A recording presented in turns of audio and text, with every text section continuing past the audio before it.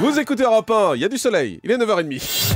Ouais, plus ou moins couvert quand même. Bah non, mais Julie est là, donc c'est ça l'essentiel. C'est Evelyne Delia qui devrait le dire. Exactement. Le journal des médias, donc avec Thomas Joubert. Bonjour Thomas. Bonjour à tous, à la une ce matin. France 2 renouvelle le contrat de Patrick Sébastien. La série Scène de ménage va fêter son 2000e épisode. Et puis une intervention de François Hollande prochainement à la télé.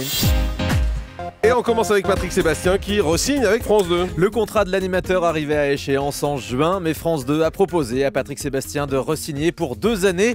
2 années bonheur, évidemment. Information de TV Magazine. Son nouveau contrat court jusqu'en juin 2015, désormais pour 2 émissions. Les années bonheur, justement, et toujours le plus grand cabaret du monde. Patrick Sébastien qui précise que ça fait 40 ans qu'il fait ce métier et qu'il a des idées pour les 40 prochaines années. Ah, ça va faire long. Il fêtera d'ailleurs les 15 ans et le 150e numéro du Grand Cabaret en juin prochain au cours d'une émission spéciale. Une bonne occasion donc de faire tourner les serviettes. Scène de ménage sur M6 va fêter son 2000e épisode. Ce sera le lundi 25 mars prochain. La série a été lancée en novembre 2009. En 3 ans, elle a réussi à doubler son audience en réunissant chaque soir jusqu'à 5 millions de téléspectateurs. Le producteur de Scène de ménage, Alain Capoff, explique au micro européen de Romain Ambro le secret de la longévité de la série.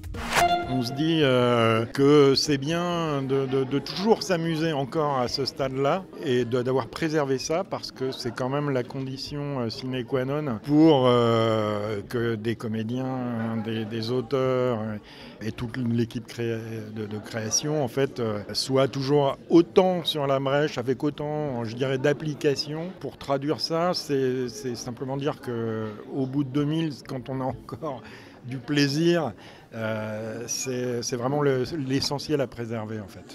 Voilà, et pour la saison prochaine, le producteur de Scène de ménage envisage sérieusement de faire entrer un 5e couple. On aura l'occasion de vous en reparler.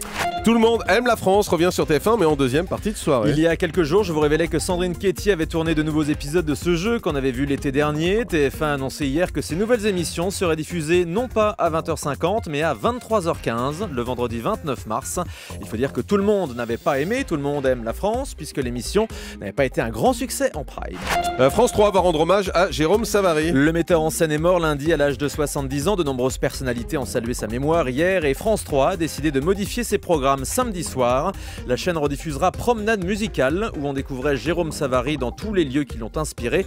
Ce sera diffusé à minuit et quart dans la nuit de samedi à dimanche. On a connu des hommages plus exposés, plus grand public. François Hollande devra intervenir à la télévision d'ici la fin du mois de mars. Le chef de l'État ne s'est pas adressé aux Français depuis le 31 décembre. Selon le site du Point, l'Élysée prépare en ce moment une intervention présidentielle prévue sur France 2 dans la 2e quinzaine de mars. Une participation exceptionnelle à des paroles et des actes a été envisagée, mais finalement, François Hollande devrait se contenter d'une interview dans le journal de 20h de David Pujadas. L'entretien devrait se dérouler dans le studio de France 2 puisque le président de la République a pris pour habitude de se déplacer dans les médias. Bernard Tapie sera intéressé par la reprise du quotidien Le Midi Libre. Après avoir racheté La Provence, Nice Matin, Var Matin et Corse Matin, l'homme d'affaires pourrait également mettre la main sur le quotidien régional Le Midi Libre, implanté dans le sud-ouest. C'est ce qu'annonce aujourd'hui le Canard enchaîné. Bien que le titre ne soit pas à vendre, un groupe de presse qui irait de la frontière italienne à la frontière espagnole, ça aurait de la gueule. C'est ce qu'aurait récemment confié Bernard Tapie, qui ne commande pas l'information pour le moment.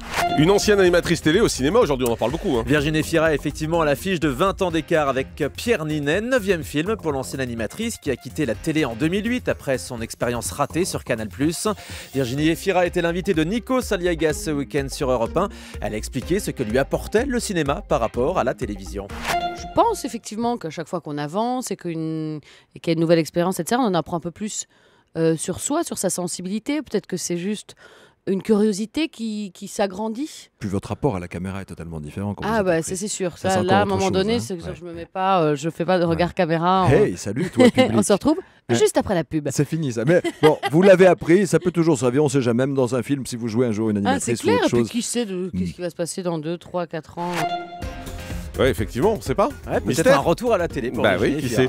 La saison 8 de Dexter sera bien la dernière. La série sanguinolente que l'on voit sur Canal, puis très tard le soir sur TF1, va bientôt s'achever. Le tournage de la 8e saison vient de débuter aux États-Unis.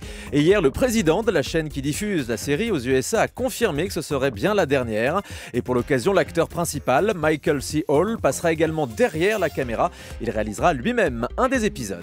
Patrick Dempsey va faire son retour aux 24 heures du Mans. Le docteur sexy de Grey's Anatomy reprend le volant. Il participera de nouveau à la célèbre course automobile le 22 juin prochain. Et pour l'occasion, la chaîne Eurosport a décidé de suivre toute sa préparation dans une série de 5 épisodes intitulée Docteur Mamour, Mister Le Mans. Première diffusion vendredi à 23h30. Ça donne envie tout de suite. Le titre va pas du tout. Ah quoi. ouais, le titre, c'est très bien. Mister Le Mans. On termine avec le chiffre du jour. 245, c'est le nombre de passages de Marine Le Pen dans les JT en 2012, selon les statistiques de l'INA publiées hier. La présidente du Front National a été la femme la plus présente dans les journaux télé l'année dernière.